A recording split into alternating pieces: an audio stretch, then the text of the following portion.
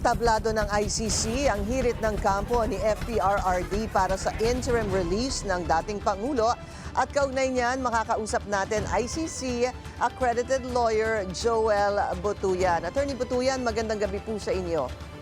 Magandang gabi, Pinky. Attorney, meron pong mga nagsasabing nag-file na daw ng appeal ang defense hinggil sa pag-deny ng ICC pre-trial chamber ng interim release kay FPRRD. Can you confirm this, Attorney, if do you know anything about it? Sa bibig po mismo ni Defense Counsel Nicholas Kaufman ay naghain nga sila ng appeal, no? Doon sa may denial ng request nila for interim release, Pinky. All right, so that is confirmed. Attorney, were you surprised dito po sa naging desisyon ng pre-trial chamber 1 denying the interim release filed by the defense?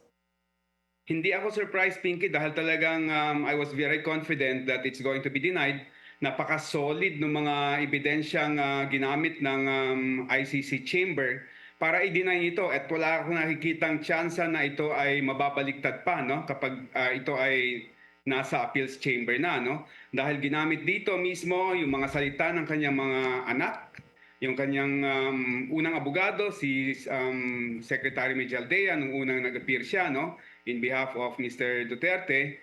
At ginamit din dito yung the fact na nahalal na mayor ng Davao City si Mr. Duterte at yung kanyang mga anak, no, lahat ito. Pati yung mga medical documents na sinabmit ng Defense Counsel, sinabi rin ng ICC na hindi nila nakikita na kailangang interim release si Mr. Duterte batay sa mga medical documents na sinabmit ni Mr. Kaufman. Yung mga inyong sinabi ngayon lang po na ilan sa mga naging dahilan ng pre-trial chamber para po i-deny itong interim release, attorney, parang lumalabas ho kasi kapag tingnan yung naging kanilang desisyon, hindi nakatulong yung mga salitang kidnapping, na nakidnap si dating Pangulong Rodrigo Duterte. And then I think also there was a part there, please correct me if I'm wrong, attorney, na yung sinabi po ni Vice President Sara Duterte na itatakas si dating Pangulong Duterte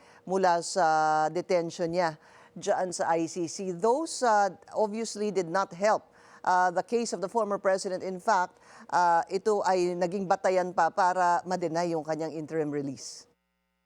Tama yun, Pinky, no? Yung mga ebidensyang ginamit ng ICC chamber ay talagang galing sa mga kamag-anak mismo ni Mr. Duterte. Pati yung sinabi ni VP Sara na ang gusto ni former President Duterte ay makauwi sa Davao at doon na siya mamatay, no? So lahat ng mga to binigyan ng weight ng ICC at sinabi nilang talagang kung bibigyan nila ng interim release, walang possibility na siya ay babalik pa sa ICC at mag-attend ng hearing, no? At meron ding risgo sa mga biktima at sa mga witnesses, no? Sa mga buhay nila, sa seguridad nila kapag si Mr. Duterte ay mabigyan ng interim release. Yung pong appeals chamber, attorney, maaari niyo hubang ipaliwanag sa amin, ito ho ba ay iba sa pre-trial chamber dahil hindi ho ba dito kapag meron pong naging desisyon ng isang justice, for example, pwede mo pang i-apela doon mismo sa sariling justice. Ito ho bang appeals chamber where they filed the motion for reconsideration or the appeal is different from the pre-trial chamber? It's different, Pinky, and limang judges ito, no? Limang judges yung appeals judges at kanilang i-review yung ebidensya na ginamit ng pre-trial chamber at pati yung kanilang mga argumento o yung kanilang mga pinanghawakang mga batas at tinatawag na jurisprudence, no? Riripasuhin nila itong mga to at titingnan nila kung merong basihan nga para ito ay panigan o kaya ito ay i-reverse. Okay. Meron pa ho kasing mga pending, hindi ho ba, attorney, na motions ang defense with regards to the motions filed by attorney Nicholas Kaufman. Sa mga naaalala ko po, number one, yung unang-una ay yung issue ng jurisdiction na hanggang sa mga oras na ito ay hindi pa po nadidesisyonan. Yung pangalawa Yung iba ho kasi meron ng desisyon, yung pag-recuse ng ibang mga judges, hindi ho ba sa ICC pretrial chamber.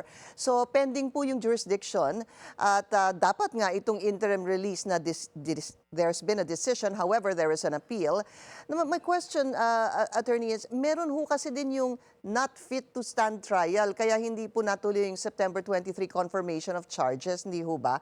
Ano ang magiging epekto ng pag-deny ng interim release kay dating Pangulong Rodrigo Duterte sa motion naman na he is not fit to stand trial? Ang basa ko, Pinky, dahil yung sinumite ng defense, no? Na medical documents, yun din ay parte ng gagamitin, no? Na parte na ebidensya doon sa may tinatawag na request for indefinite adjournment. Kumbaga parang motion to dismiss itong indefinite adjournment na to. And since nakita ng mga judges na hindi ito sapat, no, para bigyan siya ng interim release. Kumbaga, merong sinasabi na it will not prevent the former president from flight. It will not prevent the former president from putting in danger the security or even the lives of the witnesses.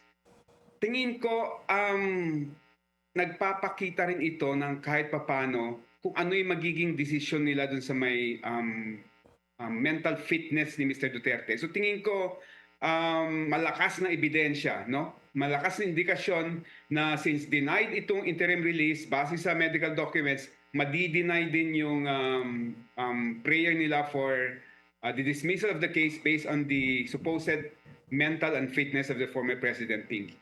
Follow-up question on that, Attorney. Kailan ho ba lumabas talaga yung desisyon ng ICC pretrial chamber? Because before it actually was uploaded, tama ho ba, doon sa ICC website, ay nakapag-desisyon na po sila. I think, would I be correct, sir, September 25? Hindi nakalagay doon sa may redacted version ng decision. Although sinabi ni Mr. Kaufman na nag-appealan na sila a week ago. So I suppose it was a week before the publication of the redacted decision, Pinky, na lumabas yung decision ng pretrial chamber. So more or less, lagay na po natin kahit mga 10 days before lumabas po yung, kasi lumabas po yan, hindi kasi automatic that once they make a decision that we will see it in the ICC website, hindi ho ba? It takes a couple of days. The reason I ask that is a point I'd like to raise, Attorney. If you're talking about the medical documents that were perused by the pretrial chamber judges, to deny the interim release. Baka ho kasi nagkaroon po ng team of medical experts subsequently after, for example, September 25. Actually, I don't know where I got that date, pero parang more or less, lagay po natin September 25 to 30. Pwede ho kasi kaya na after that, nagkaroon ng team of medical doctors to look into the medical fitness of the former president at yun po ang pwede nilang gawin at it could change the decision or hold some sort of weight in the decision they will make for the not fit to stand trial motion, sir? Tama yan, Pinky, no? May order actually yung pretrial chamber sa registry ng ICC. Ito yung parang clerk of court ng ICC. At sinabihan yung registry na magbigay ng shortlist ng mga doctors, mga experts, no? Yung mga neurologists, mga psychologists, no? Iba't ibang experts. At nag-submit nga yung registry ng mga 11 names na mga medical experts. At dito pipili yung pretrial chamber para bigyan ng order para magbigay ng kanilang sariling opinion, no? So kasama ito dun sa mga ebidensya na titignan ng ICC judges, no? Pero Pinky, dito sa may decision ng ICC judges sa interim release, medyo interesting din, no, na lumabas na yung medical officer sa detention facility ay sinubmit yung medical records ni Mr. Duterte sa pre-trial chamber. Pero nagpro-protesta si Mr. Kaufman na parang ayaw niya na parang sinubmit, ayaw niyang i-consider ng pre-trial chamber yung mga medical documents, medical records ni Mr. Duterte doon sa detention center, no? Medyo nakakasuspecha yun. Bakit ayaw mong makita yung day-to-day medical prognosis ni former president, no? Kung talagang meron siyang medical condition that really prevents him from participating at ito ay glaring, ikaw mismo yung talagang gustong makita ng mga judges yung medical records niya sa detention facility, Pinky. Para magkaroon sila ng medyo, ang sinasabi nyo, from what I deduce is, they'll have a positive decision on the not fit to stand trial motion by the defense. Kung may Tama yan. nakikita pong sakit si medical officer. Yes, tama yan. All right. So, okay, be that as it may, attorney, paano ho ngayon? So, may appeal. Do you think, I know that, we don't really know how, it's a different case for every different person, especially in the ICC, but do you think that the ICC pre-trial Chamber 1 will already rule soon on this either jurisdiction, yun yung pending, at saka yung not fit to stand trial, motion to adjourn indefinitely? At the minimum, Pinky, they will have to rule on the mental fitness of the former president, no? Dahil ito ay kondisyon para matuloy yung confirmation hearings, no?